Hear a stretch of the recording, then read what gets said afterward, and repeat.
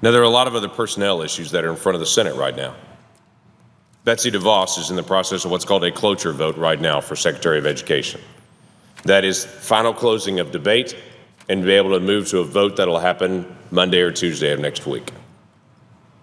I would tell you, there's been a lot of conversation about Betsy DeVos, and I've heard the debate both on this floor and in conversations and things that I've read. What's interesting to me is to be able to hear person after person stand up and say, well, she's not for public education.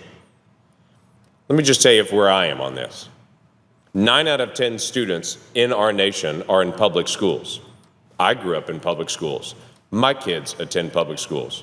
Many of my family members work in public schools or have worked in public schools.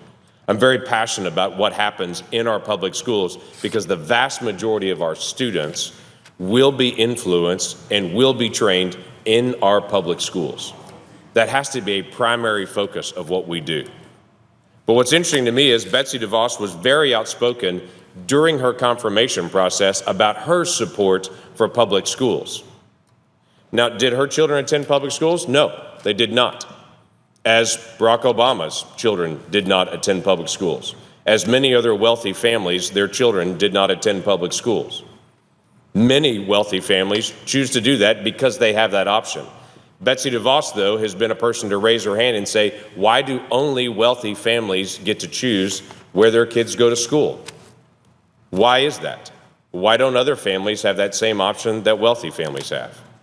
But Betsy DeVos has been outspoken to say it is a main responsibility to be able to focus on the improvement of our public schools. Because again, that's where the vast majority of our students attend.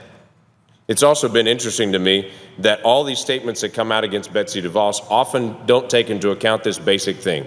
Betsy DeVos, for decades, has been passionate about trying to help students in the inner city, students that are in poverty, any student to be able to have every opportunity and education they possibly can have. I would think as a nation that we would encourage that, and that would be a positive thing rather than a negative thing.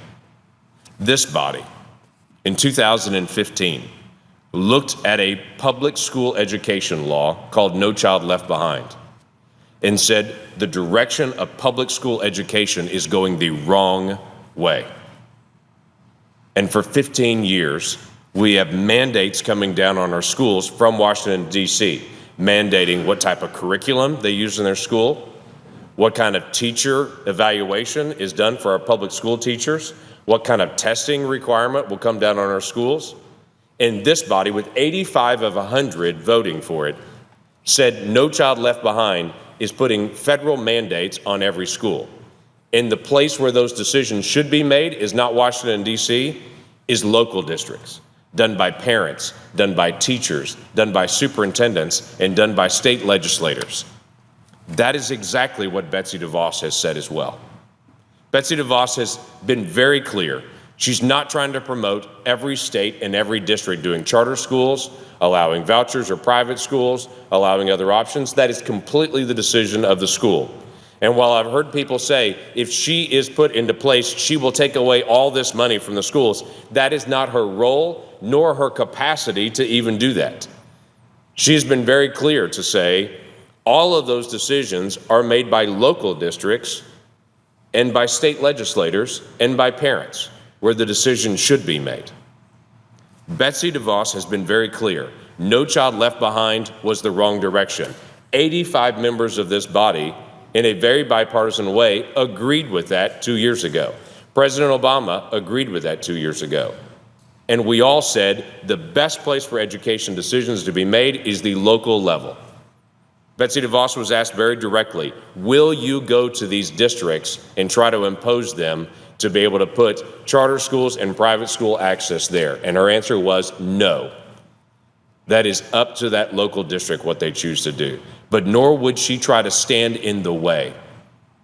That if a local district or if a state chose to provide other options, that is not her role in the federal government to try to stand in the way of that. I, quite frankly, find that refreshing, that someone would say, we're not going to run your school from Washington, D.C. What you choose to do in your schools, you're allowed to do. Now, there's been a lot of conversation about charter schools and other options that are out there. May I remind people, when I hear people all the time say there's a problem with vouchers, and how could the federal government be involved in any money going to private schools or public schools or whatever that may be? We settled that issue decades and decades ago. It's called the GI Bill. When the GI Bill was passed after World War II, the federal government told those veterans coming back from the war that you could choose to go to any school you want to go to, public school, private school, wherever it may be. The GI Bill is still considered one of the most effective tools that our nation has ever done in higher education. It's a voucher program. And for many people, they've not had the opportunity to be able to think through, what does this mean? Now, again, Betsy DeVos has been very clear to say it's not her desire to be able to impose that on every state. But if a state chooses to do that, why would we stop them when we've already seen clear evidence that the GI Bill was so incredibly successful in its time, going back now 60 plus years?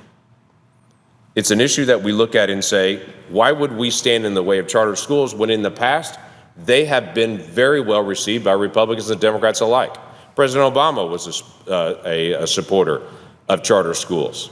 Both of his secretaries of education were outspoken supporters of charter schools. In fact, one of them helped found a charter school. Charter schools are public schools, and they're received well.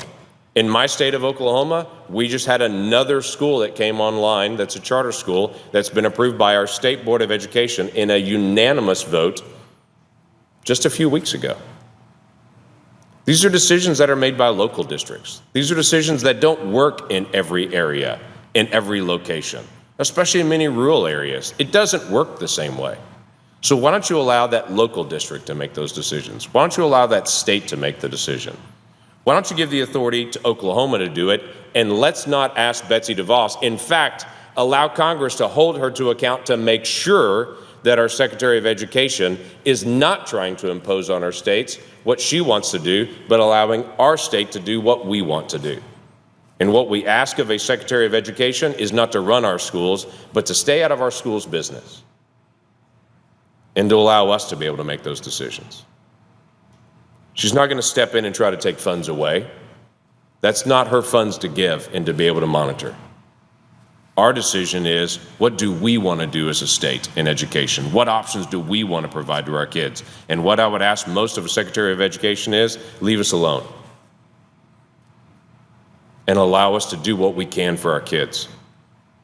And quite frankly, I don't have a problem with school choice, even as a parent that sent my kids to public schools when I could have sent them to private schools, because I thought the school was doing a great job in my area. And I was glad for my kids to be able to be involved in that.